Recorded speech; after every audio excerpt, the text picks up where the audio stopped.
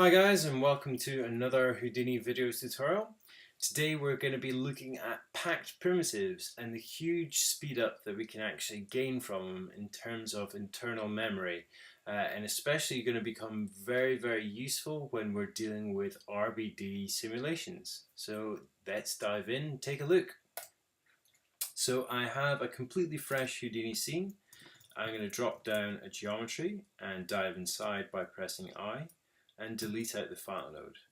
And just for some testbed geometry, I'm going to type in test, and we're going to bring in our pig head. Trusty pig head.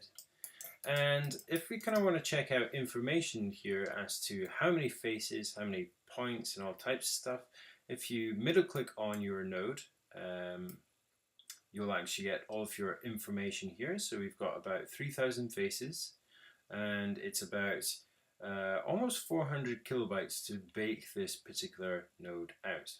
It also has our material path and lots of primitive groups within this particular digital asset. So bear that in mind, and we're actually going to drop in a pack node that's going to pack this geometry down to disk. And if we now visualize our kind of information by middle mouse button on the node itself, you can see this is now only a single point. So all of that data has been stored to disk, and it is basically being instanced onto a single point at the centroid of this particular object. And what Houdini does is that if this point were to move, rotate, or scale, it stores that as a transform matrix and essentially kind of reverse moves or just moves its internal data that it's stored about this original geometry to the new position. And you can see that even in terms of memory to cook this particular node, it only takes 8 kilobytes. We have lost some of our groups and our materials. They are stored within this pact, so we have to kind of do a little bit of a workaround to get that information back if we need it. And this gives us huge speed ups. I'll kind of demonstrate this to you really quickly by dropping down a grid. Let's maybe make our grid 100 by 100 and drop in a scatter node after it.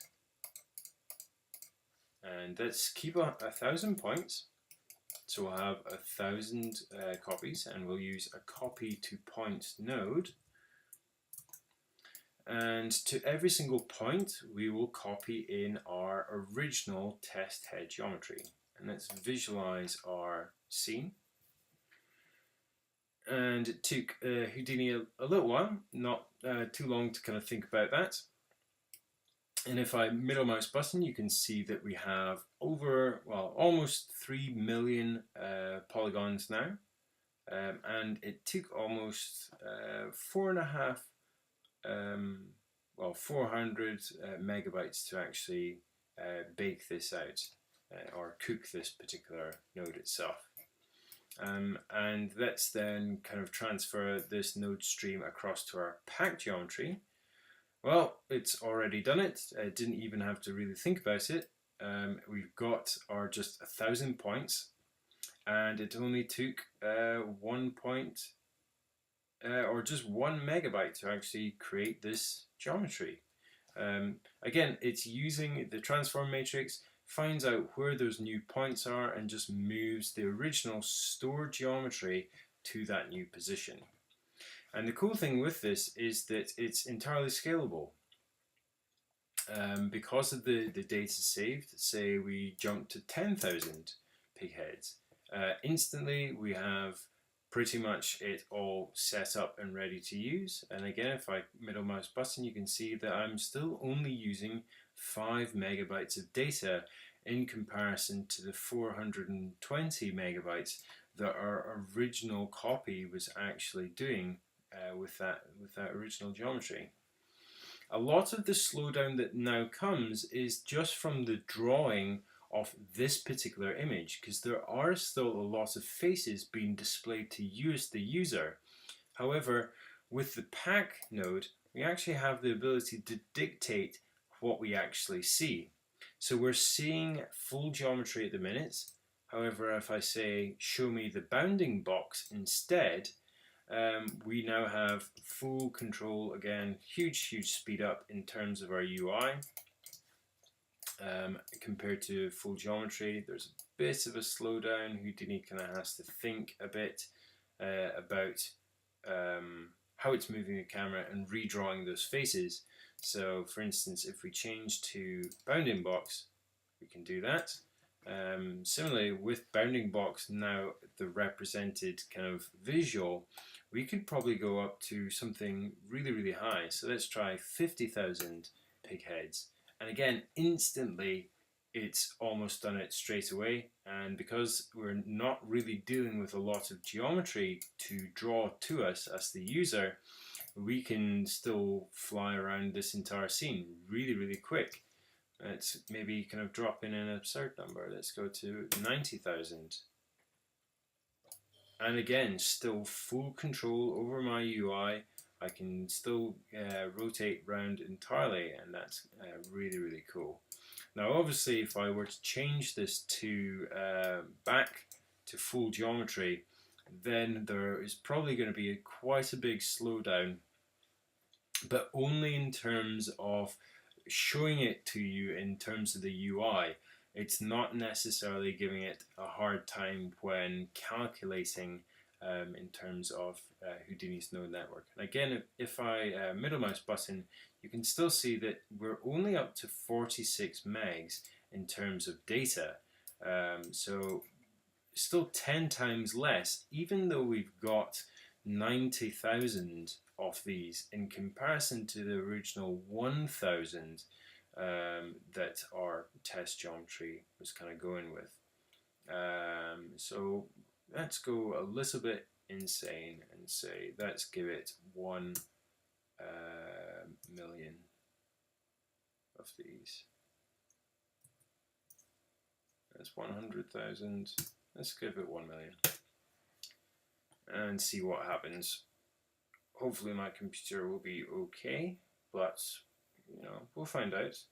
Again, we're not necessarily showing it as full geometries, just as bounding boxes, so it should all be fine.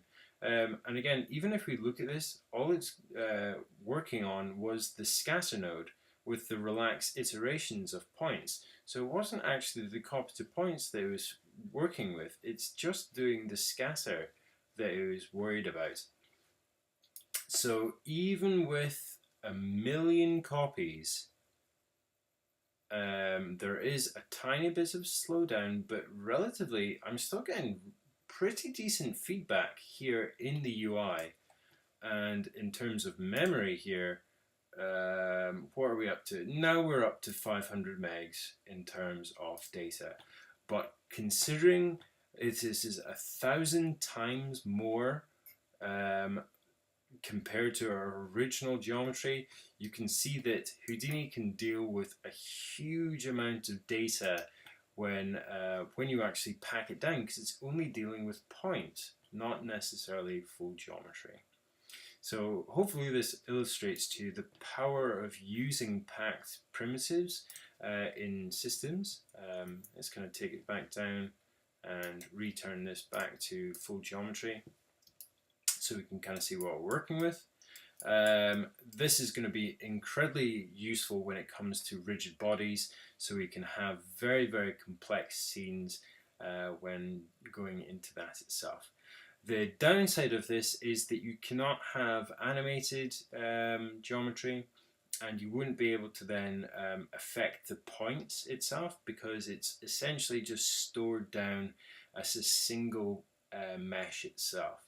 So there are limitations on that side, but if you know you have a completely static geometry, you're not necessarily going to affect it in any way, then this is a huge speed up to your workflow. So I hope this is helpful for you, and hopes you understand it a little bit more when you're actually using RBDs, because by nature of it now in Houdini 16, it will automatically pack it for you when you're using, for instance, the RBD objects tab. The next kind of tutorials will go into manually doing it, and we'll kind of have a look at this ourselves. Okay guys, so this is going to do it for this particular tutorial. Again, hopefully I've converted you across to using packed primitives, especially when dealing with simulation. We'll use it a lot with RBDs, so stay tuned for more. Thanks guys.